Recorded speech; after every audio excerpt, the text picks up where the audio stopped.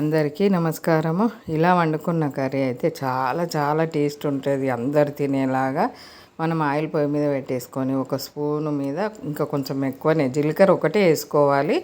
జీలకర్ర తర్వాత ఉల్లిపాయ ఈ సైజు ముక్కలు కట్ వేసుకొని కొంచెం అటు ఇటు కలపగానే 2 గుప్పిళ్ళ తోటకూర వేసుకోవాలి. ఈ ఉల్లిపాయ తోటకూర సరిగా వేగక ముందే ఎంబటే అల్లము పసుపు వేసి మనం అటు ఇటు కలిపేసుకొని, ఉల్లిపాయ అయితే అస్సలు వేగనీయకూడదు, మనం ఒకదాని తర్వాత ఒకటి వేసుకుంటూ పోతూనే ఉండాలి.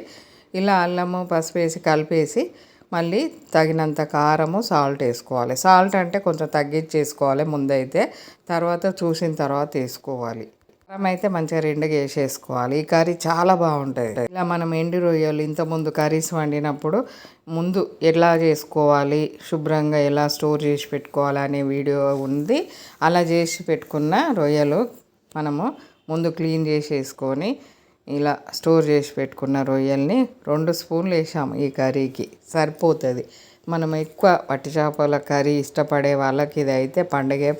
ఇలాంటి కర్రీస్ ఉంటే కొంచెం ఇలా ఉడికిన తర్వాత ధనియా పొడి వేసుకోవాలి. బాగా ఈ కర్రీని ఉడకని అవసరం ఉండదు. దాని తర్వాత ఒకటి వేసుకుంటూ కలుపుకుంటూ పోవడమే. ఉల్లిపాయ అయితే ఇలానే ఉండాలి. ఇలా ఈ కర్రీలో ఇలా ఉంటేనే మంచి టేస్ట్ ఉంటుంది ఉల్లిపాయ. ఈ రొయ్యలు స్టోర్ చేసి పెట్టుకోవడం ఎందుకంటే మనకి ఈజీగా ఉంటుంది. మనము వట్టి చేపల కూర ఎక్కువ తినే వాళ్ళకు రోజు కూరగాయలల్లో వేసేయచ్చు అల్లికగా 2 స్పూన్లు.